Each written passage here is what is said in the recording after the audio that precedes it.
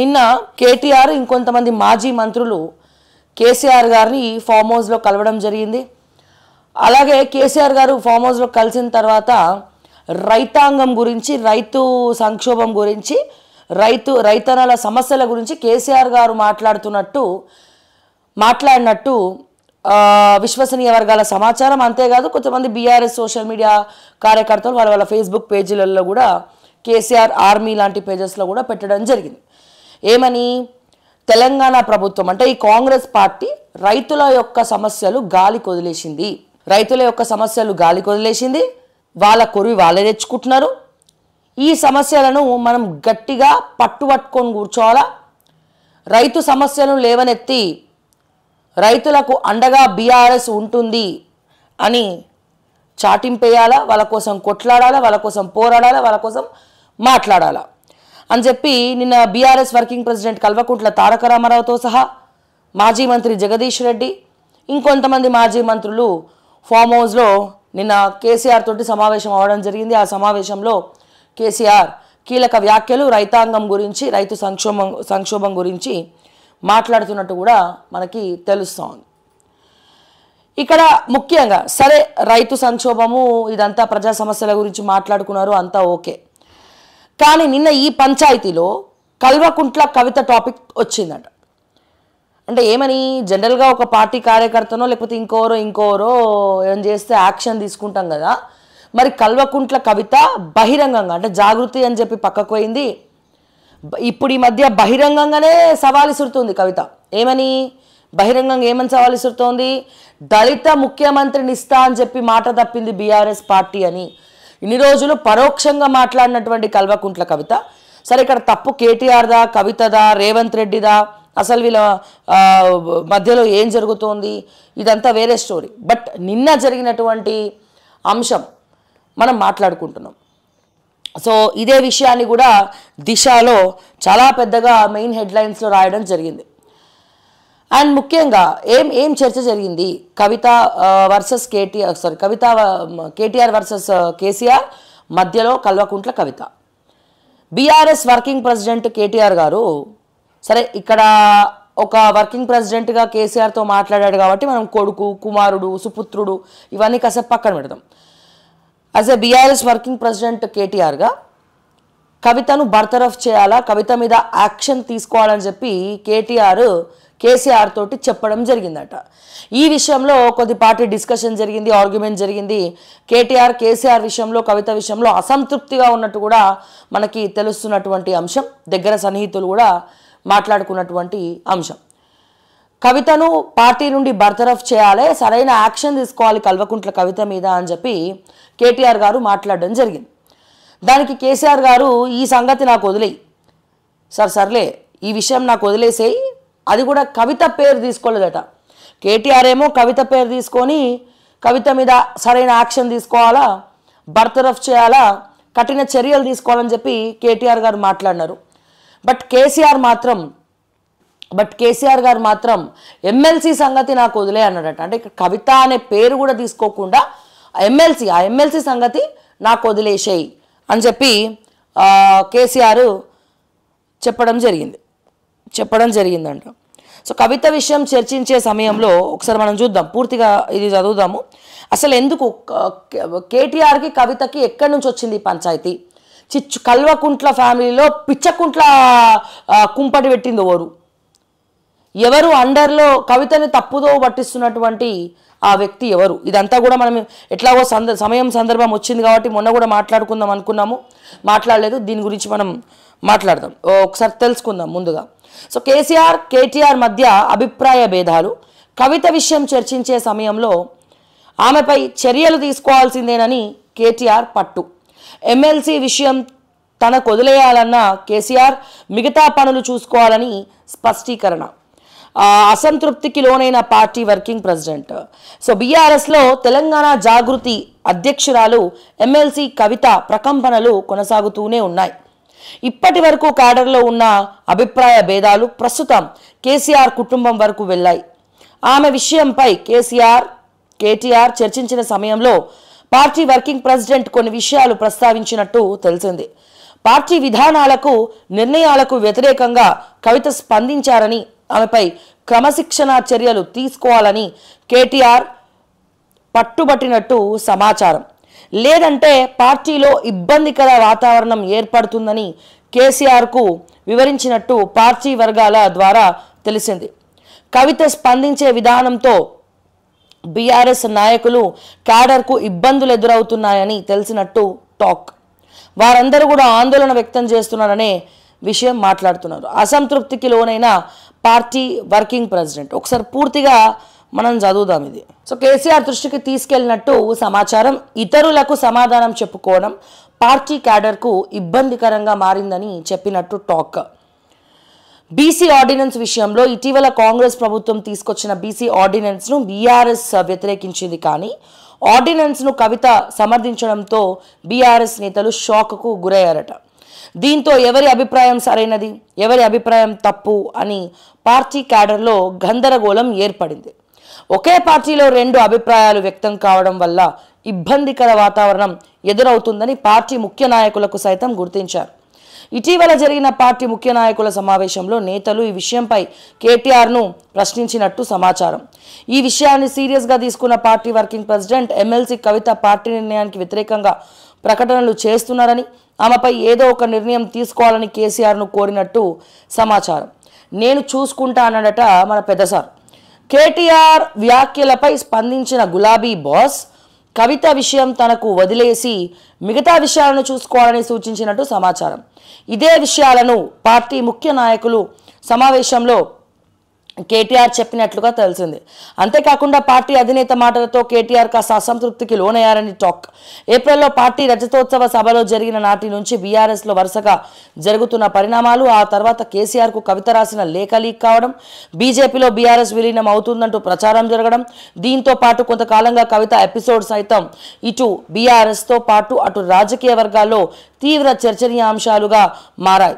ఈ నేపథ్యంలో కవిత ఇష్యూను తాను చూసుకుంటానంటూ కేసీఆర్ చేసిన వ్యాఖ్యలు దేనికి సంకేతం ఇస్తుందని పార్టీ నాయకుల్లో చర్చ జరుగుతోంది. ప్రస్తుతం నిన్న జరిగినటువంటి ఫామ్ హౌస్ భేటీలో కేసీఆర్ వర్సెస్ కేటీఆర్ మధ్యలో కవిత డిస్కషన్ నడుస్తుండగా కవితని తీసేయాలి, బర్తరఫ్ చేయాలా అని చెప్పి కేటీఆర్ ప్రపోజల్ పెట్టగా కేసీఆర్ ఎమ్మెల్సీ సంగతి నాకు వదిలేసి అని చెప్పి మాట్లాడడం, కేటీఆర్ అసంతృప్తిగా ఉండడం. అసలు సీఎం రమేష్ మొన్న కీలక వ్యాఖ్యలు చేసినాడు, దాని మీద చర్చ నడుస్తోంది. బీజేపీలో బీఆర్ఎస్ విలీనం చేయబోతుంది, విలీనం చేస్తామని చెప్పి కేటీఆర్ ఒప్పుకున్నాడు. ఎవరి కోసం ఒప్పుకున్నాడు? తన చెల్లెలైనటువంటి కవితను బయటికి తీసుకురావడం కోసం ఒక మెట్టు దిగి, ఇక్కడ మనం ఉన్నట్టుగా మనం మాట్లాడుకుందాం. ఒక మెట్టు దిగి ఎస్ మేము విలీనం చేస్తాం, కవితకి త్వరగా బయటికి తీసుకురండి అని చెప్పి సీఎం రమేష్ని కేటీఆర్ కోరినట్టు కూడా మనకి తెలుస్తోంది. ఆ విషయం సీఎం రమేషే బయటపెట్టినాడు. అండ్ అదే రకంగా ఒకానొక సమయంలో కవిత కూడా ఎప్పుడైతే ఈ లెటర్ లీక్ అయిందో, కవిత లెటర్ లీక్ అయినటువంటి సమయంలో సాక్షాత్తు కల్వకుంట్ల కవితనే ఎంపీలో ఎందుకు సున్నా వచ్చినాయి ఎంపీ ఎన్నికలలో, వీళ్ళు విలీనం చేద్దాం అనుకున్నారు, బీజేపీకి సరెండర్ అయిపోయినారని చెప్పి స్వయాన కవిత గారే మాట్లాడడం జరిగింది. కవిత ఏమంటది? సో కేటీఆర్ని పట్టించుకున్నాడు కేసీఆర్, కేటీఆర్ కోసం రాజీకి వచ్చిండు, కానీ నా కోసం ఏం చేయలేదని కవిత అనుకుంటుంది. ఇక్కడ సీఎం రమేష్ ఏమంటున్నాడు? కేటీఆర్ ఢిల్లీకి వచ్చి నా సీసీ కెమెరా ఫుటేజ్లు బయట పెడతా, సో కవిత విషయంలో బయటికి తీసుకురమ్మని చెప్పి నేను అడిగిండు, కావాలంటే బీఆర్ఎస్ను బీజేపీలో విలీనం చేస్తా అంటే బీఆర్ఎస్తో మనకి జరిగేది ఏం లేదు, మొత్తం ఆ పార్టీ కేల్కతం దుకాణం బంద్ అయిపోయిందని మా బీజేపీ పార్టీ హైకమాండ్ చెప్పింది, అందుకే బీఆర్ఎస్ను మేము విలీనం చేసుకోవడానికి ఇష్టం లేదు, అందుకే మేము కూడా కాదని చెప్పేసామని చెప్పి సీఎం రమేష్ మాట్లాడుతున్నాడు. సరే, ఇది ఇలా ఉండగా అసలు కవిత బుర్రలో చిచ్చు పెట్టి ఈ గొడవకు దారితీసినటువంటి ఒక చిన్న మొక్క నాటింది ఎవరని మీరు అనుకుంటున్నారు? యాక్చువల్గా ఎస్, అందరి మైండ్లో ఉన్నది ఒకటి. కల్వకుంట్ల కవిత ఎమ్మెల్సీ బయటికి వచ్చిన తర్వాత మీకు గుర్తుందో లేదో, జన్వాడ ఫామ్ హౌస్లో డ్రగ్స్ పార్టీ జరుగుతుంటే అందులో కేటీఆర్ భార్య రాజ్ పాకాల కొంతమంది దీపావళి టైంలో పార్టీ ఇస్తున్నాం అది ఇస్తున్నాం అని చెప్పి వాళ్ళు అక్కడ మందు సీసాలో అన్నీ కూడా మనకు కనబడ్డాయి. సరే, అందులో డ్రగ్స్ దొరికినాయని కొంతమంది, దొరకలేదని కొంతమంది, ఎవరైతే ఆ డ్రగ్స్ ఒకళ్ళు తీసుకున్నారో ఆ పర్సన్ కూడా ఇక్కడ లేడనుకుంటా, అమెరికాలో అటు ఇటు తిరుగుతూ ఉంటాడు, కేటీఆర్ ఫ్రెండ్ మిత్రుడు. సో ఆ పార్టీ విషయము ఇంటెలిజెన్స్ అంటే రేవంత్ రెడ్డికి లీక్ చేసిందే కల్వకుంట్ల కవిత అని చెప్పి కేటీఆర్కి కూడా తెలుసు. చాలామంది చాలామంది బీఆర్ఎస్లో ఉన్నటువంటి మెయిన్ లీడర్స్ అందరికీ కూడా తెలుసు.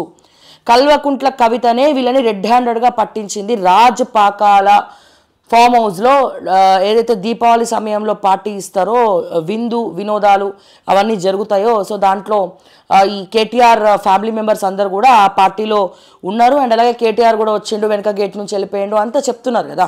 జన్వాడ ఫామ్ హౌస్లో ఏం జరిగింది, ఆ టైంలో ఫామ్ హౌస్ నాది కదని మళ్ళీ కేటీఆర్ మాట్లాడము. సో మేము చిన్న పార్టీ చేసుకుంటున్నాం అనడము, ఇద్దరికి టెస్ట్ చేస్తే డ్రగ్స్ తీసుకున్నారని చెప్పి వాళ్ళకి తేలింది, రిపోర్ట్ కూడా పాజిటివ్ వచ్చింది. సో ఇదంతా కూడా వాళ్ళకి ఎట్లా తెలిసింది అంటే కల్వకుంట్ల కవిత లీక్ చేసింది అని చెప్పి పార్టీలో తీవ్ర చర్చ జరిగింది. అటు కార్యకర్తల దగ్గర నుంచి చాలామంది వరకు.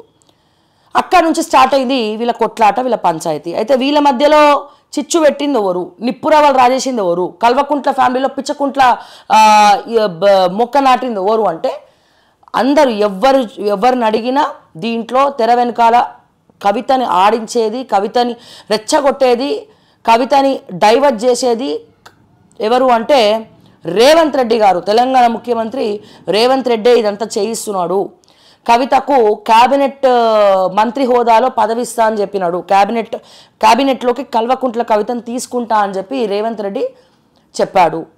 సో తర్వాత దాన్ని క్యాష్ చేసుకున్నటువంటి తీసుకున్నటువంటి కల్వకుంట్ల కవిత సో చెప్పి అంటే వాళ్ళ డైరెక్షన్లో నడవడం స్టార్ట్ చేసింది. సో ఈ విషయం తెలుసుకున్నటువంటి కేటీఆర్ కావచ్చు, బీఆర్ఎస్ నాయకులు కావచ్చు, కొంతమంది కవిత పట్ల అసంతృప్తిగా ఉన్నట్టు అక్కడ స్టార్ట్ అయిన రచ్చ అని చెప్పి చాలామంది బీఆర్ఎస్లో ఉన్నటువంటి కీలక నేతలే మాట్లాడుతున్నారు. అండ్ అలాగే కార్యకర్తలు కూడా కొంతమంది ఆ నోటా ఈ నోటా మాట్లాడుతున్నారు. అండ్ ఇటీవల కాలంలో ఒకానొక ప్రోగ్రాంలో బక్కా జడ్సన్ గారు కూడా ఇదే విషయం ప్రస్తావించడం జరిగింది.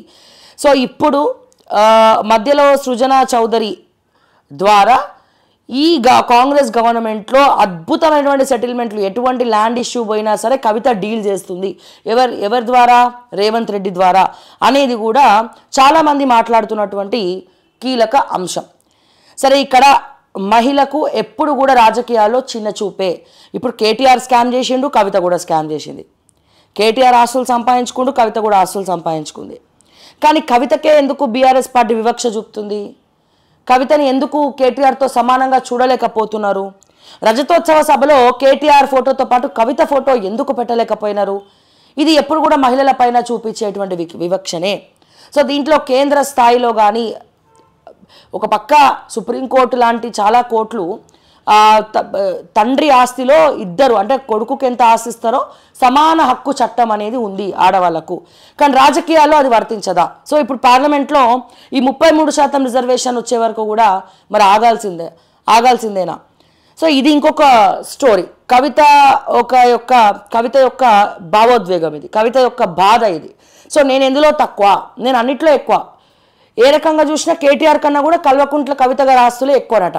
హరీష్ రావు కన్నా, కేటీఆర్ కన్నా, అందరికన్నా కూడా కల్వకుంట్ల కవిత ఆస్తులే ఎక్కువనట. అది తన తెలివితేటలతో లేకపోతే తిమ్మిని తిమ్మిని చేసో ఇక కొంతమందిని బ్లాక్మెయిల్ చేసినారు. సో ఎట్లనో అట్లా ఏ రకంగా సంపాదించిందో అందరికీ తెలుసు. సో కవితకి పూర్తిగా రేవంత్ రెడ్డి అండదండలు ఉన్నాయి అని ప్రతి ఒక్కరికి కూడా క్లారిటీ వచ్చింది. సో రాజపాకాల ఫామ్ హౌస్, అది జన్వాడ ఫామ్ హౌస్లో పార్టీ రైడ్ నుంచి స్టార్ట్ అయినటువంటి ఈ తగాదా కల్వకుంట్ల కవితకు క్యాబినెట్ మంత్రి హోదా ఇస్తామని కాంగ్రెస్ పార్టీ రేవంత్ రెడ్డి లాబియింగ్ చేయడము, కాంగ్రెస్ పార్టీ దానికి ఒప్పుకోకపోవడము. సో తలకిందులు అయిపోయింది మొత్తం. సో తలకిందులు అయిపోయిన తర్వాత మరి ఏం చేయాలి ఇప్పుడు? కవిత పరిస్థితి ఏంటి? సరే చలో నువ్వు పార్టీ పెట్టు, ఫస్ట్ జాగృతిని ఉధృతం చేయని చెప్పి మళ్ళీ వీళ్ళు ఇబ్బంది పెట్టుకుంటా ఎప్పటికైనా నీకు డేంజరే, నీకు బీఆర్ఎస్ పార్టీలో స్థానం ఉండదు, కేటీఆర్ నిన్ను తొక్కేస్తాడు, లేకపోతే మీ ఎప్పుడు, ఎందుకంటే కల్వకుంట్ల ఫ్యామిలీలో అందరు ముఖ్యమంత్రులే. ఒకసారి కేటీఆర్ మీటింగ్ పెట్టేటప్పుడేమో కేటీఆర్ సీఎం అని నినాదం చేస్తారు. మొన్నటికి మొన్న ఒకానొక జాగృతికి సంబంధించినటువంటి మీటింగ్లో ఈ కవిత అనుచరులు కవిత సీఎం అని చెప్పి, అంటే వీళ్ళు పైసలు ఇచ్చి పిలిపించుకుంటారు అనుకోండి, గది వేరే విషయం. సీఎం అని చెప్పి అనౌన్స్ చేయడం జరిగింది. అదే కేసీఆర్ గారు, ఆబ్వియస్లీ కేసీఆర్ గారు ఎవరు అవునన్నా కాదన్నా ఆయన సీఎం క్యాండిడేట్, అందరికీ కూడా తెలుసు. కానీ ఒక పక్క హరీష్ రావు ఏదైనా మీటింగ్ పోతే హరీష్ రావుని సీఎం అంటే కల్వకుంట్ల ఫ్యామిలీలోనే ముఖ్యమంత్రులు ఉన్నారు.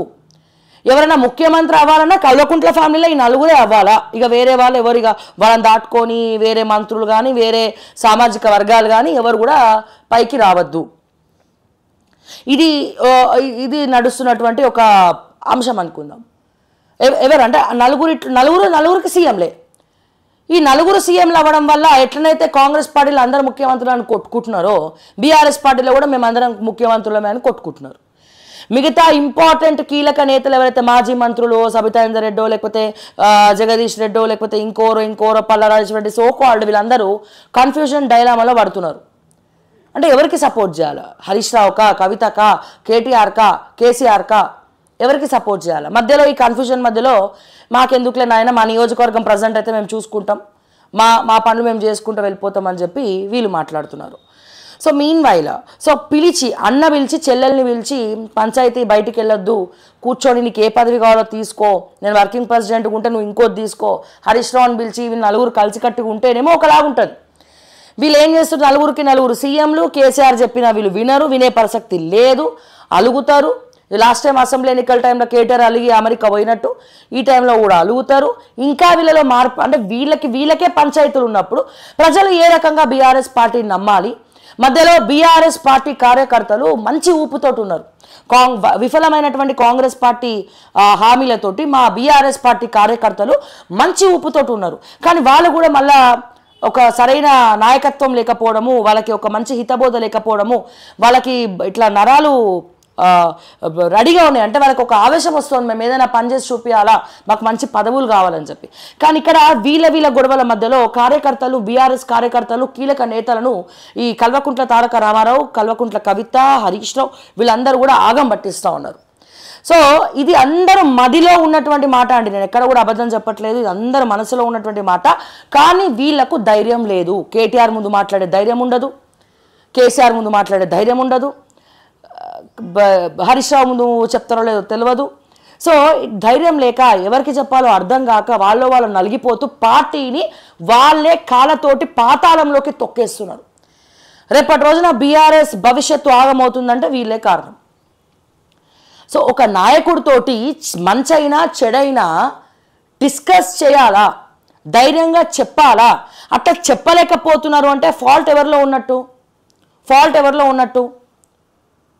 ఉన్నట్టు? బరాబర్ కేటీఆర్లో లేకపోతే కేసీఆర్లోనో లేకపోతే హరీష్ రావులోనో ఉన్నట్టు. అంటే బయట ఎక్కడో వాగుతున్నారు. ఒక మా పార్టీ నాయకుడి దగ్గర మేము ఫ్రీడమ్ ఆఫ్ అంటే ఏమంటారు, ఒక ఫ్రీగా మాట్లాడలేకపోతున్నాం, మా అభిప్రాయాలను మేము చెప్పలేకపోతున్నాం అన్న బాధ వాళ్ళకు ఉన్నది. ఎంతో కష్టపడి 2001 నుంచి ఒక్కొక్క మెట్టెక్కి కల్వకుంట్ల చంద్రశేఖరరావు గారు ఫియట్ కార్కి కూడా లోన్లు కట్టలేనటువంటి పరిస్థితుల్లో నుంచి అది అవినీతి చేసిండా ఏం చేసిండా పక్కన పెడితే అది నాట్ ఏ జోక్ అండి. తెలంగాణను సాధించడము, ఇక్కడ వరకు రావడం, అంత గొప్ప చరిత్ర ఉన్నటువంటి టీఆర్ఎస్ పార్టీ కేవలము ఆయన కుటుంబ సభ్యుల వల్లనే డ్యామేజ్ అవుతుంది అనే బాధ కేసీఆర్కు ఉందో లేదో నాకైతే తెలియదు, కానీ పార్టీ శ్రేణుల్లో మాత్రం చాలామందికి ఉన్నది. సో ఇక్కడ కవిత వర్సెస్ కేటీఆర్ మధ్యలో రేవంత్ రెడ్డి పెట్టినటువంటి చిచ్చు. కవితకు కేటీఆర్ కన్నా కూడా రేవంత్ రెడ్డి డైరెక్షన్లో ముందరికెళ్ళడమే చాలా ఇంపార్టెంట్ అనేది కూడా క్లియర్గా తెలుస్తుంది. ఎందుకంటే కవిత కూడా సీఎం అంటే జైలుకి వెళ్ళి వచ్చిన వాళ్ళు, నేను జైలుకి పోయి వచ్చిన కవిత, నేను ముఖ్యమంత్రిని అయినా, నువ్వు కూడా లిక్కర్ స్కామ్లో జైలుకి పోయినావు, స్కామ్లో ఎవరు గుర్తుండవు. 86 కేసులు ఉన్నటువంటి నేను ముఖ్యమంత్రిని కాగలేంది, లిక్కర్ స్కామ్లో తిహార్ జైల్లో ఉన్న నువ్వు ముఖ్యమంత్రి కాలేదా అని చెప్పి చిచ్చు పెట్టడం జరిగింది ఇక్కడ. సో అట్లా కుటుంబ సభ్యుల కన్నా కూడా ఆల్రెడీ ఫస్ట్ నుంచి కూడా రేవంత్ రెడ్డి కవిత ఇద్దరు కూడా ఒక్కటే. పార్టీ మొదలుకొని రేవంత్ రెడ్డి జెడ్పీటీసీ ఉన్నప్పుడు, బీఆర్ఎస్ కార్యకర్తగా ఉన్నప్పటి నుంచి కూడా, టీడీపీలో ఎమ్మెల్యేగా గెలిచినప్పటికి కూడా కవిత రేవంత్ రెడ్డి గారు కలిసి చేసినటువంటి బిజినెస్లు ఎన్నో ఉన్నాయి. ఇది వాస్తవం.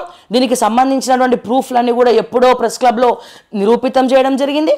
ఇప్పుడైతే అధికారంలోకి కాంగ్రెస్ పార్టీ వచ్చిందో ఈ ఎన్నికల సమయంలో అందరూ కాంట్రవర్సీ చేస్తున్నారు దీన్ని అని చెప్పి రేవంత్ రెడ్డి తన బినామీని, కవిత కూడా తన బినామీని పెట్టి ఆ కంపెనీలు నడిపిస్తూ ఉన్నారు. వీళ్ళిద్దరి మధ్యలో ఎన్నో కంపెనీలు ఉన్నాయి. సో అందుకే రేపటి రోజున కాంగ్రెస్ బయటికి పొమ్మంటే రేవంత్ కవిత కలిసి ఒక పార్టీ పెట్టిన ఆశ్చర్యపోకర్లేదు, కీలక పాత్రలు పోషించిన ఒక ఆశ్చర్యపోకర్లేదు. బట్ ఇక్కడ ఇక్కడ కేటీఆర్ గురించి ఆలోచించాల్సినటువంటి విషయం ఏంటంటే బీజేపీని బీఆర్ఎస్లో విలీనం బీఆర్ఎస్ను బీజేపీలో విలీనం చేయాలంటే కవితకు బెయిల్ ఇస్తే కనుక మేము చేస్తాము అని చెప్పి కేటీఆర్ చెప్పినారు అని చెప్పి ఎవరు చెప్తున్నారు? సీఎం రమేష్ చెప్తున్నాడు. ఇక్కడ కవిత కూడా ఆలోచించాల. కవిత కోసమే బీఆర్ఎస్ని బీజేపీలో విలీనం ఉన్నాడు ఎవరు? కల్వకుంట్ల తారక రామారావు. అంతా 2001 నుంచి ఉన్నటువంటి పార్టీని కేవలం కవిత బెయిల్ కోసము బీజేపీ దగ్గర తాకట్టు పెట్టడానికి కూడా ఒక అన్నగా సిద్ధమైపోయినాడని చెప్పి కవిత ఆలోచించట్లేదు. మాకు పదవి రావట్లే, అది రావట్లే అని చెప్పి కష్టకాలంలో బీఆర్ఎస్ పార్టీని కానీ లేకపోతే తండ్రిని కానీ పక్కన పెట్టేస్తుందన్న అసంతృప్తి కానీ కవితకు చెడ్డ పేరు విపరీత. కవిత గారు ఏమనుకుంటున్నారంటే నేను మంచి ముఖ్యమంత్రి క్యాండిడేట్ అనుకుంటున్నారు. కానీ అంత సీన్ లేదు, అక్కడ అంత సీన్ లేదు. ఎందుకంటే తెలంగాణ ఇప్పటికే చాలామందిని నమ్మి మోసపోయింది. ఇక కొత్తగా నమ్మి మోసపోవాల్సింది ఏం లేదు. ఒకవేళ మళ్ళా నమ్మినా కేసీఆర్ని నమ్ముతారేమో, కేసీఆర్ ముఖ్యమంత్రి అయితే ఒప్పుకుంటాడేమో, కానీ కేటీఆర్ని ఒప్పుకోరు, కవితని ఒప్పుకోరు, హరీష్ రావుని కూడా ఒప్పుకోరు. ఒకవేళ బీఆర్ఎస్ అధికారంలోకి వస్తే కేసీఆర్ బతుకున్నంత కాలం కేసీఆరే ముఖ్యమంత్రి, అది కేటీఆర్కి కాదు, కేసీఆర్ కాదు. ఎందుకంటే కేటీఆర్కి స్టెబిలిటీ అనేది లేదు, ఇంకా అదే అహంకారం, ఇంకా జనాల్లోకి వెళ్ళేటువంటి స్థిరత రాలేదు కేటీఆర్కి. నిమిషానికి గంటకు ఒక మాట, ఎవరు ఏది చెప్తే అది నమ్మేస్తాడు అని చాలామంది మాట్లాడుతూ ఉన్నటువంటి అంశం. మరి ఎట్లా లీడర్గా ముందరికి వెళ్తాడు? ఎస్, డెఫినెట్గా కేటీఆర్ గారు మంచి చదువుకున్నటువంటి వ్యక్తి, అద్భుతంగా చదువుకున్నాడు, ఇంగ్లీషో ఫటాఫట్ ధనధన్ మాట్లాడేస్తాడు, ఇవన్నీ చేస్తాడు. కానీ ఎక్కడ పోతుంది అంటే ఒకటేమన్నా మనం అనుకున్నామంటే అది సాధించే వరకు నిద్రపోవద్దు. ముఖ్యంగా లీడర్షిప్ క్వాలిటీలో ఉన్నటువంటి మొట్టమొదటి క్వాలిటీ. అండ్ తన క్యాడర్కు ఏ ప్రాబ్లం వచ్చినా ముందు అతనే ఉండి తలబడాలి. అది లీడర్ యొక్క గొప్ప లక్షణం. ఇవాళ కాకపోతే రేపైనా సక్సెస్ చూస్తారు. అంతేగాని మనకెందుకులే, నాకెందుకులే, ఎవరికి అపాయింట్మెంట్ ఇవ్వకుండా, గ్రౌండ్లో లేకుండా, కలవకుండా, ఎవరిని పట్టించుకోకుండా నా అంతటి వాడు లేడు అనడం మూర్ఖత్వం. సో ఇప్పుడు కవిత కూడా అదే తోడ నడుస్తోంది. చాలా ఏం సాధించిందని కల్వకుంట్ల కవితకంతా ఇదో తెలియదు కానీ, సో చాలా అంటే మేము మీటింగ్కి వెళ్ళినప్పుడు కూడా చాలా అబ్జర్వ్ చేసినాం. ఇప్పుడు ఫోటో దిగేటప్పుడు కూడా ఆమె ఎవరో గన్మ్యాన్ వచ్చి ఇట్లా చేయి తీసేయడము, అంటే ముఖ్యమంత్రి కావు, నువ్వు ఒక మంత్రివి కావు, ఇట్లాంటివి అంటే కొంచెం ఇక మరీ టూ మచ్గా చేస్తుంటే అనిపించట్లే, ఓవర్ యాక్షన్ చేస్తుంటే అనిపించట్లే. సో ఇటువంటివి కూడా కొద్దిగా మార్చుకుంటే బాగుంటుంది. ఒక లీడర్గా ఎదగాలనుకున్నప్పుడు అందరితో కలిసిపోవాలా, కలుపుకపోవాలా, ఈ విషయం కూడా గుర్తుపెట్టుకోవాలి. అందుకే నేను మళ్ళా చెప్తున్నా, కేసీఆర్ ఉన్నంతకాలం కేసీఆరే ముఖ్యమంత్రి. రేపటి రోజున బీఆర్ఎస్ అధికారంలోకి వచ్చినప్పుడు సంగతి చెప్తున్నా, అధికారంలోకి వస్తుందా లేదా పక్కన పెడదాం, అది వీళ్ళ చేతిలోనే ఉంది. వీళ్ళే బీఆర్ఎస్ పార్టీని తీసుకుపోయి మూసీ నదిలో బుల్డోజర్ కింద పెడుతున్నారు. అది తొక్కేండ్రా నాయన మీరు బీఆర్ఎస్ పార్టీని అని చెప్పి. సో దీన్ని ఎవరు క్యాష్ చేసుకుంటున్నారు? రేవంత్ రెడ్డి ముఖ్యమంత్రి క్యాష్ చేసుకుంటున్నాడు, దీన్ని చిచ్చు పెడుతున్నాడు, ఆయనకు అనుకూలంగా మార్చుకుంటున్నాడు, ఆయనకు అనుకూలంగా చేసుకుంటున్నాడు. బీఆర్ఎస్ పార్టీ ఎదగద్దు, ఎవరిని ఎరగా వేసుకున్నాడు, ఎవరితో గేమ్ ఆడుతున్నాడు, కల్వకుంట్ల కవితతోటి గేమ్ ఆడుతున్నాడు. సో ఈ విషయము సీఎం రమేష్కి కూడా తెలుసు. మళ్ళీ వీళ్ళు ఒక్కటే మీరు చూడండి, సీఎం రమేష్కు ఇప్పుడు సీఎం రమేష్ బాధ ఏంది? ఆయన ఆంధ్రాకి సంబంధించినటువంటి ఒక ఎంపీ. ఆయన ఏమన్నాడు? రెడ్డిలు, వెలమలు, కమ్మలు ఇక వీళ్ళే పాలించాలా, బహుజనులు ఎవరు పాలించద్దా, బాపనోళ్ళు కానీ, కోమటోళ్ళు కానీ, లేకపోతే ఏమంటున్నాం మా యాదవులు కానీ, మా గౌడ్లు కానీ, మా ముదిరాజులు కానీ, మా మునూరు కాపులు కానీ, ఇంకా చాలా ఉన్నాయి, మా ఎస్టీలు కానీ వీళ్ళు ఎవరు ఉండద్దా, మీ చెప్పు కింద, మీ కాలు కింద చెప్పులాగా ఉండాలా మిస్టర్ సీఎం రమేష్? సో ఈయన చేసే వ్యాఖ్యలు అంతే. అంటే రెడ్డిల పెత్తనమే నడవాలా, లేకపోతే చౌదరిలు వెలమల చేతిలోనే ఉండాలా అని చెప్పి వీళ్ళ బల్పు ముఖాలు, బల్పు మాటలు ఇవన్నీ కూడా. సో ఇటువంటి పరిస్థితుల్లో డైరెక్ట్గా వీళ్ళు వ్యాఖ్యలు చేస్తూ ఉంటే ఇది రాజ్యాంగానికి వ్యతిరేకం కాదా? ఈ రోజున రేవంత్ రెడ్డి ఏ ముఖం పెట్టుకొని 4th సిటీలో ఈయన కాంట్రాక్ట్ ఇచ్చినాడు? ఎందుకు ఇవ్వాలా? హెచ్సియు భూముల వెనకాల ఉన్నది కూడా సీఎం రమేష్ కాదా? కేటీఆర్ ఈ రోజున వచ్చి చెప్పిండని కాదు, కేటీఆర్ ఈరోజు వచ్చి చెప్పిండని అంటలేం, కానీ ఇది వాస్తవమా కాదా? అప్పుడెప్పుడో కేటీఆర్ ఢిల్లీకి వస్తే ఇప్పుడు ఎందుకు ఆ విషయం చెప్తున్నావు? నువ్వేమైనా నీతిమంతుడువా? వచ్చినప్పుడే నెక్స్ట్ డేనే ప్రెస్ మీట్ పెట్టి చెప్పాలి కదా. లేకపోతే ఎట్లనైతే వీళ్ళు ఫామ్ హౌస్లో 4 ఎమ్మెల్యేలు బీజేపీ పార్టీ కుమ్మక్కై సిట్ వేసిందో ఫామ్ హౌస్లో, మరి నువ్వు అప్పుడు లైవ్ పెట్టేది ఉండే, కేసు ఇట్లా సీక్రెట్గా కెమెరా పెట్టేది ఉండే, కేటీఆర్ మాట్లాడే మాటలు మొత్తం బహిరంగంగా అందరు వింటుండే కదా.